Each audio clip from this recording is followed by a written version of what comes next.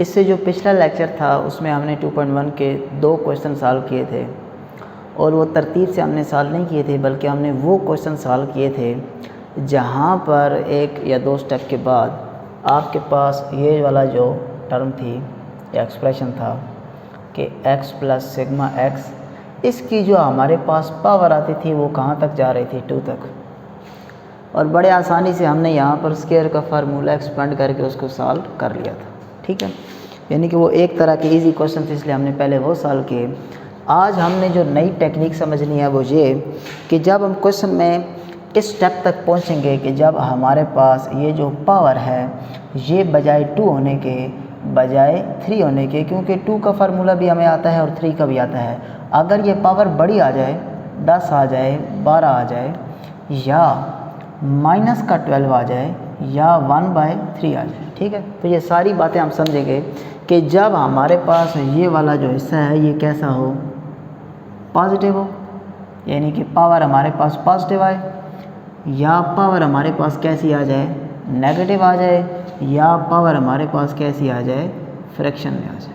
अब यूँ लिखा पड़ा आ जाए x प्लस सिग्मा x की पावर 50, तो हमें 50 का फार्मूला नहीं पता, हम सीखेंगे कि 50 आ जाए तो इसको कैसे एक्सपेंड करना है।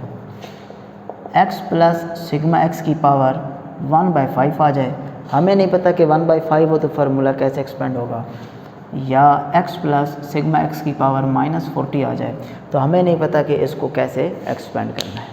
ठीक है जी, तो आज जो हमारे क्वेश्चन रहेंगे उनमें हम ये समझेंगे कि किस तरह अगर जो पावर है वो हमारे पास 2 या 3 के अलावा बहुत बड़ी वैल्यू आ जाए जिसका फार्मूला हमें ना पता हो, फ्रैक्शन में आ जाए या माइनस में आ जाए, तो उसको हमने किस तरह सॉल्व करना है।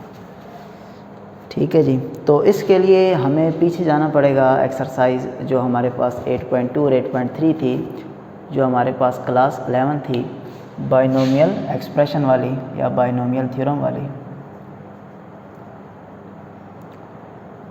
अच्छा, ये जो बाइनोमियल एक्सप्रेशन का मतलब है कि ऐसा एक्सप्रेशन जिसमें बाइनोमियल हो, 2 वैल्यूज़ हो। ठीक है, तो इस एक्सप्रेशन को खोलने के या एक्सपेंड करने के हमारे पास जो थे वो 2 मेथड थे। एक मेथड तब यूज़ होता था जब यहाँ पर वैल्यू कैसी हो जाए हमारे पास, पॉजिटिव, और दूसरा मेथड तब यूज़ होना था जब वैल्यू हमारे पास इधर कैसी हो जाए जी, नेगेटिव हो जाए, या हमारे पास किस में आ जाए, फ्रैक्शन। ठीक है, दोनों को एक्सपेंड करने का तरीक़ाकार अलग था। अगर मेरे पास यहाँ पर पॉजिटिव वैल्यू हो तो तरीक़ाकार अलग होगा, नेगेटिव हो या फ्रैक्शन हो, उन दोनों के लिए हमने जो फर्स्ट ईयर में तरीका था वो अलग समझा था। अच्छा, अब मिसाल लेते हैं इसकी कि मैं कहता हूँ कि मेरे पास आ गया a प्लस बी की पावर, मैं कुछ भी कह देता हूँ, पॉजिटिव हो लेकिन ग्रेटर हो। ग्रेटर हो का मतलब है कि 2 या 3 से बड़ी हो, तो मैं यहाँ पर इतनी बड़ी वैल्यू नहीं लिख रहा, तकरीबन 4 लिख रहा हूँ। ठीक है जी, 4 का भी हमें डायरेक्ट फार्मूला जो है वो नहीं पता, तो अगर आपको याद हो तो इसको एक्सपेंड करने का जो तरीका था फर्स्ट ईयर में ये था कि 4 और 0, साथ में a की पावर 4, b की पावर 0। ठीक है जी।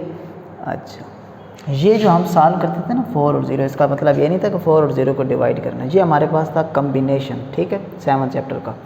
अगर आपको नहीं याद तो आपको चाहिए कि आप पहले थोड़ा सा फर्स्ट ईयर में ये चीज़ रिवाइज़ कर लें कि ये कैसे सॉल्व होगा। इसके लिए आपके पास सिंपल सा फार्मूला होता है, या कैलकुलेटर पे आप इसको डायरेक्ट सॉल्व कर सकते हैं।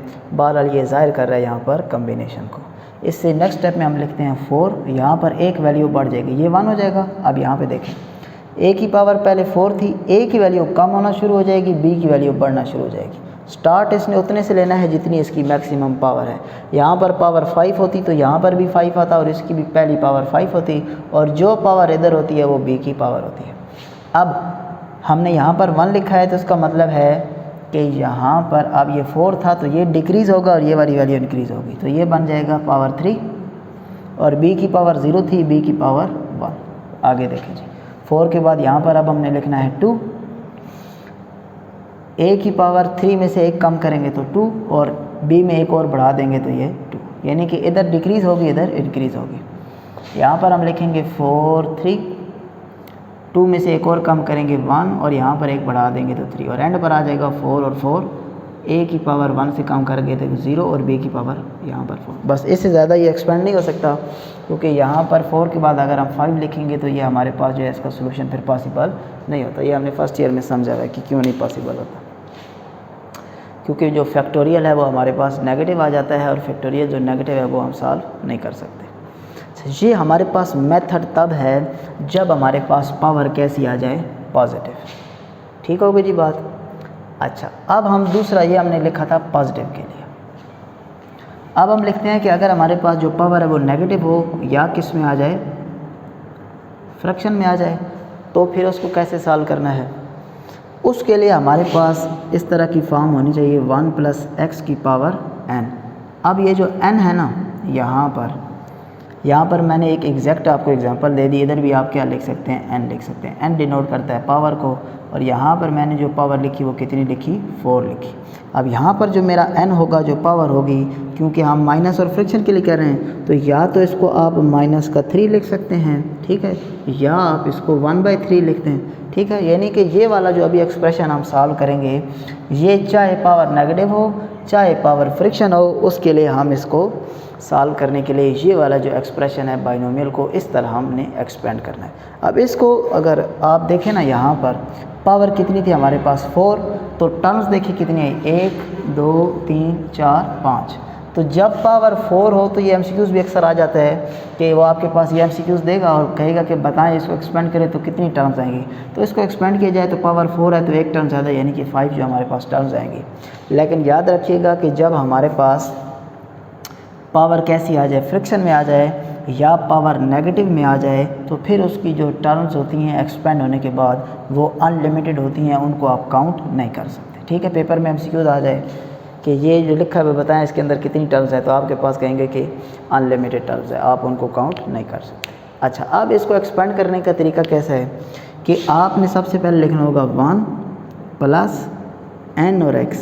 अब n का मतलब है कि यहाँ पर ये जो पावर यूज़ हुई वो इधर n की जगह पुट हो जाएगी 1/3, और x का मतलब है कि जो वैल्यू यहाँ पर पुट हुई, मैंने तो सिंपल सी एग्जांपल दी ना, यहाँ पर x की जगह 2x भी हो सकता है, 4x 5x, अगर 2x है तो इधर x की जगह भी क्या पुट हो जाएगा, 2x हो जाएगा। ठीक है, इसको इन जनरल पहले समझते हैं और फिर कोई ऊपर नंबर लगा के समझ लेंगे। यानी कि इन जनरल इसको यूँ लिखा जाएगा 1 + x की power n, 1 + nx, n-1 2 factorial x², n-1 n-2 3 factorial और x का क्यूब अप टू 100। ठीक है जी, ये वैल्यू इसी तरह बढ़ती जाएंगी। 1 + nx + n × n-1 2 factorial x का स्क्वायर, फिर n-1 के बाद n-2, 2 का फैक्टोरियल था 3 का फैक्टोरियल, x का स्क्वायर था x का क्यूब। आगे चल के एक टर्म का इजाफा हो जाएगा, n-2 के बाद n-3 भी आएगा, डिवाइड में 4 फैक्टोरियल होगा और यहाँ पर x की पावर 4 होगी। ठीक है, क्योंकि इसने तो ख़त्म नहीं होना, इसलिए हमने 3-4 टर्म्स लेके यहाँ पर इसको छोड़ दिया। तो अब आपने ये फर्स्ट ईयर की जो 2 चीज़ें ये दिमाग में रखनी है, जहाँ कहीं इनकी ज़रूरत होगी हम इनको यूज़ कर लेंगे। ठीक है जी, तो यहाँ पर हमने 2 बातें समझी कि जब पावर पॉजिटिव हो तो एक्सप्रेशन को इस तरह एक्सपेंड कर सकते हैं, और जब हमारे पास जो पावर है वो नेगेटिव हो तो हम उसको इस तरह एक्सपेंड करेंगे। ये 2 बातें अगर आपने समझ ली तो फिर एक्सरसाइज के जो बाकी क्वेश्चन बच गए हैं वो आपके लिए सॉल्व करना मुश्किल नहीं है। पहले जो हमने पिछले लेक्चर में 2 क्वेश्चन सॉल्व किए हैं वो इंतहाई ईजी थे, क्योंकि वहाँ पर जो मैक्सिमम पावर आ रही थी वो 2 आ रही थी। ठीक है जी, तो 2 को सॉल्व करना बड़ा ही आसान था। सबसे पहले जो हमारे पास फंक्शन है वो ये है, हमने इसको क्योंकि बाय डेफिनेशन सॉल्व करना है ना, तो बाय डेफिनेशन सॉल्व करने का मतलब है कि जो 4-5 स्टेप हमने समझे थे, पहला फंक्शन इस शक्ल में होना चाहिए, वो तो आ चुका है। आगे देखते हैं जी, हमने जब इसके अंदर सिग्मा x की तब्दीली लाई तो यहाँ पर भी सिग्मा y के अंदर या डेल्टा y जो है वो तब्दील हो गया। अब फिर हमें पता है कि ये जो y है इसको इक्वल के उधर लेकर जाना है, ये +y इधर आके क्या हो गया, -y, और उससे अगले स्टेप में यहाँ पर हम जो y है उसकी वैल्यू पुट कर देते हैं। ठीक है, अगर ये क्वेश्चन आप दिल लगा के सही मेहनत से सॉल्व करेंगे तो ये इतने मुश्किल नहीं है, बल्कि ये स्टेप अगर आपको याद होगा जो 4 से 5 हमने पहले लेक्चर में समझे थे, तो फिर आपके लिए क्वेश्चन सॉल्व करना इंतहाई आसान होगा। अच्छा, यहाँ तक पहुँचने के बाद हमने कहा था कि कुछ ना कुछ सिंप्लीफिकेशन होगी। क्या होती थी, यहाँ पर पिछले क्वेश्चन में पावर 2 होती थी, हम उसको एक्सपेंड कर देते थे। आज हमारे पास जो पावर है वो 2 नहीं है, बल्कि पावर कितनी आ गई है, m। हमें नहीं पता जी m क्या है, m 100 हो सकता है, m 200 हो सकता है, m माइनस का 10 भी हो सकता है, m 1/6 भी हो सकता है, कुछ भी हो सकता है। तो हमें नहीं पता कि हम इसको इसके बाद किस तरह एक्सपेंड करें।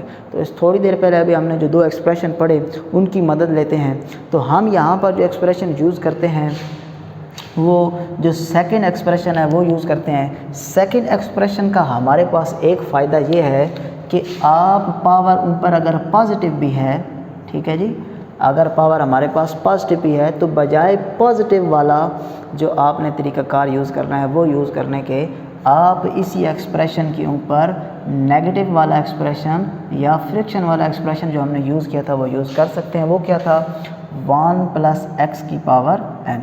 लेकिन फिर एक बात का ध्यान रखना है कि ये एक्सप्रेशन अगर आप किसी पॉजिटिव वैल्यू पे लगा रहे हैं तो एक छोटी सी शर्त ये है कि पहली वैल्यू आपके पास क्या बननी चाहिए, 1 होनी चाहिए। ठीक है जी।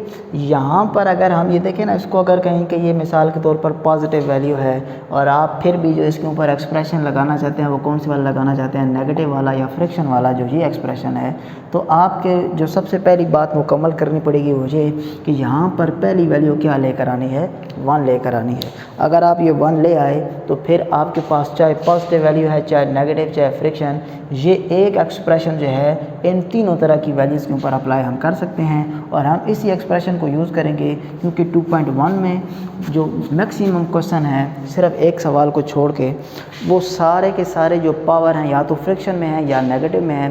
तो हम भी इस पे वो सेकंड वाले एक्सप्रेशन यूज़ करने लगे हैं ताकि वो एक्सप्रेशन लगाने का जो प्रोसेस है आपको अच्छी तरह समझ में आ जाए। उसके लिए ज़रूरी था कि यहाँ पर क्या होना चाहिए, 1। तो ये 1 उसी सूरत में बन सकता है जब हम x को यहाँ से क्या ले लें, कॉमन। अच्छा, एक और बात, यहाँ पर तो x है, कॉमन ले जाएगा, इसके पास तो x नहीं है, ये सिग्मा x, ये पूरी वैल्यू है, यहाँ से x कॉमन नहीं आएगा कि आप सिर्फ ये डेल्टा छोड़ दें। तो x जिसके पास हो उधर से तो कॉमन आ जाता है और जिसके पास वैल्यू ना हो जो कॉमन ली जाए तो वो उसके किधर आ जाती है, डिवाइड में। तो जब मैंने यहाँ पर x कॉमन लिया तो यहाँ पर क्या बच गया, 1 प्लस, इसके पास तो x नहीं था तो जो वैल्यू कॉमन ली जाए और उसके पास मौजूद ना हो वो उसके कहाँ पर आ जाती है, डिवाइड में। और एक और बात, ये जो x हमने कॉमन लिया ये जब बाहर आएगा तो अपनी जो पावर है वो भी साथ कॉमन लेकर आ जाएगा। ठीक हो गई जी कहानी। यहाँ तक लिखने के बाद चलें ये स्टेप फिर देख लें। आपने x कॉमन लिया और उसकी पावर भी साथ में कॉमन आ गई। इसके पास तो x था, कॉमन निकलने के बाद सिंपल क्या आ गया, 1। इसके पास नहीं था तो जिसके पास ना हो वैल्यू और कॉमन ली जाए वो उसके किधर आ जाती है, डिवाइड में आ जाती है। अच्छा, अब इसके पास भी x की पावर m, इसके पास भी x की पावर m, तो ये x की पावर m हम दोनों वैल्यू से क्या ले लेते हैं, कॉमन। पीछे एक्सप्रेशन बन गया 1 plus delta x over x की पावर m और यहाँ से x की पावर m कॉमन निकलने के बाद सिंपल क्या रह गया है, 1। हमने ये क्यों कॉमन लिया, ताकि हम जो सेकंड अलजेब्रिक बाइनोमियल एक्सप्रेशन है उसको अप्लाई कर सकें और उसके लिए ज़रूरी है कि इधर पहली टर्म क्या होनी चाहिए, 1। अब हम सिंपली इसको एक्सपेंड करते हैं। इसको एक्सपेंड करने के लिए जो बाइनोमियल थ्योरम था उसको एक्सपेंड करने का जो सेकंड मेथड था वो आपको आना चाहिए। ये था 1 प्लस x की पावर n इन जनरल, और अगर उसको एक्सपेंड किया जाता तो था 1 प्लस nx। n का मतलब है पावर यानी कि m हो गया और x का मतलब है ये वाली सेकंड वाली value delta x over plus, उसके बाद था n इंटू n माइनस 1 यानी कि ये पावर जो होती है ये m into m minus 1 divide में था 2 का फैक्टोरियल और यहाँ पर था x का स्क्वायर और x की जगह पर यूज़ हुआ डेल्टा x ओवर x का स्क्वायर। ठीक है, इसी तरह क्योंकि ये जो पावर हमने अब कंसिडर की, ये यूँ समझिए कि हमने कंसिडर कर लिया नेगेटिव पावर या यूँ समझिए कि हमने ये कंसिडर कर लिया फ्रिक्शन वाली पावर। तो इसमें तो कि जो टर्म्स होती हैं वो हमारे पास एंडलेस होती हैं, ख़त्म नहीं होती, तो इस वजह से मैंने इसके बाद क्या लगा दी है, डॉट डॉट डॉट। ठीक है जी। तो ये जो एक्सप्रेशन एक्सपेंड हुआ तो हमने इसको लगा दिया डॉट, यानी कि ये एक्सप्रेशन चलता जा रहा है और उसके बाहर क्या मौजूद है, माइनस, तो ये वैल्यू एज इट इज़ आ गई। अब यहीं पर आप ये देखिए कि ये +1 और ये -1 आपस में क्या हो जाएंगे, कैंसिल। यानी कि इसको जितना भी एक्सपेंड कर दें एंड पर तो -1 रहेगा ना और शुरू में +1 रहेगा, तो ये +1 और -1 आपस में क्या हो जाएंगे, कैंसिल। तो हमारे पास डेल्टा वाई बन चुका है x की पावर m। ये 1 अगर ख़त्म हो चुका है तो यहाँ पर बन गया m delta x/x plus m into m-1 2 factorial delta x/x का स्क्वायर प्लस और डॉट ये ख़त्म हो चुका है। अच्छा, यहाँ पर हमने कहना होता है कि सिंप्लीफाई करना था, वो हमने कर लिया। उसके बाद वाला स्टेप होता है कि जो सिग्मा x है उसको क्या ले लिया जाए, कॉमन। तो यहाँ पर अगर आप गौर करें तो डेल्टा x/x इधर भी मौजूद है, डेल्टा x/x इधर भी मौजूद है। यहाँ पर पावर 1 है, यहाँ पर पावर 2 है, अगली टर्म में पावर 3 होगी, उससे अगली टर्म में पावर 4 होगी। तो x की पावर m पहली बार था, तो डेल्टा x/x जो है इसके अंदर कॉमन है, वो हमने क्या ले लिया, कॉमन। तो अब पहली वैल्यू के पास सिर्फ क्या बच चुका है, m प्लस इसके पास बन गया m-1 2 का फैक्टोरियल 2 ही होता है। और यहाँ से हमने डेल्टा x कॉमन लिया तो स्क्वायर होने की वजह से एक वैल्यू यहाँ पर बच गई और अप टू 100। अच्छा जी, चलें आगे चलते हैं। ये स्टेप हमने लिखने के बाद नेक्स्ट स्टेप ये करना होता था कि पूरे एक्सप्रेशन को डेल्टा x के साथ हमने करना होता था डिवाइड। तो delta y over delta x, यहाँ पर भी हमने डेल्टा x से डिवाइड कर दिया।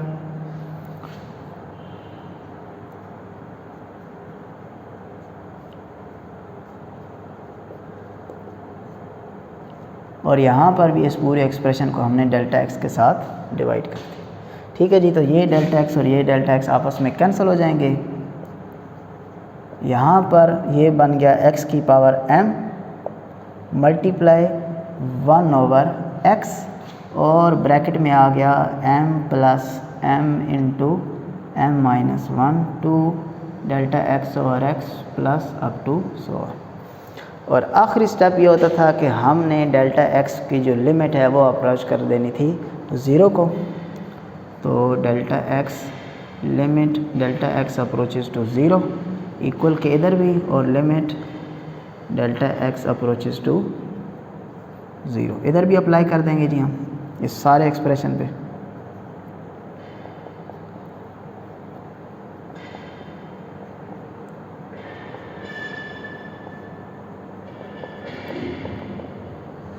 यहाँ पर आप ज़रा बात समझिए कि जब इधर तो लिमिट अप्लाई होगी तो हमने कहा था इसको हमने कह देना है dy/dx, क्योंकि इस सारे का मतलब है कि y का derivative with respect to x, के x के चेंज होने से y में क्या तब्दीली है। y क्या था, y था हमारे पास x की पावर है, यानी कि x की पावर m में जो चेंज है वो हमने फाइंड किया है। और इक्वल के इधर ज़रा गौर करें, जब डेल्टा x अप्रोच कर जाएगा 0 को, यहाँ पर कहीं भी डेल्टा x नहीं है, यहाँ पर डेल्टा x है, ये 0 होगा तो यहाँ तक इस एक्सप्रेशन को कर देगा 0, क्योंकि ये तो m जो है ये टर्म अलहदा है। जब ये टर्म, इसका मतलब है डेल्टा x लिमिट अप्रोच 0 पे ये टर्म क्या होगी 0, इससे अगली टर्म क्या होगी, वो भी तो 0 होगी ना जी, क्योंकि हमने इधर पहले डिस्कस किया कि पावर 1 है, पावर 2 है, आगे भी तो डेल्टा x है ना, और उसकी पावर कितनी है 3। एक चलें कॉमन भी हमने ले लिया था, तो अब पावर कितनी बच चुकी होगी 2। तो उधर भी जब डेल्टा x 0 पुट होगा तो इससे अगली टर्म 0, उससे अगली टर्म में होगा डेल्टा x की पावर 3, उधर 0 पुट करेंगे वो भी 0। इसका मतलब है इस टर्म से आगे आगे सारी जितनी टर्म्स हैं वो क्या होती जाएंगी 0। तो यहाँ पर लिमिट पुट होने के बाद जो चीज़ हमारे पास बची वो बच गया x की power m multiply 1 over x, और यहाँ पर ये m बच गया था, ये वाला एक m भी हमारे पास आ गया। अब बस इसको थोड़ा सा सिंप्लीफाई करते हैं जी।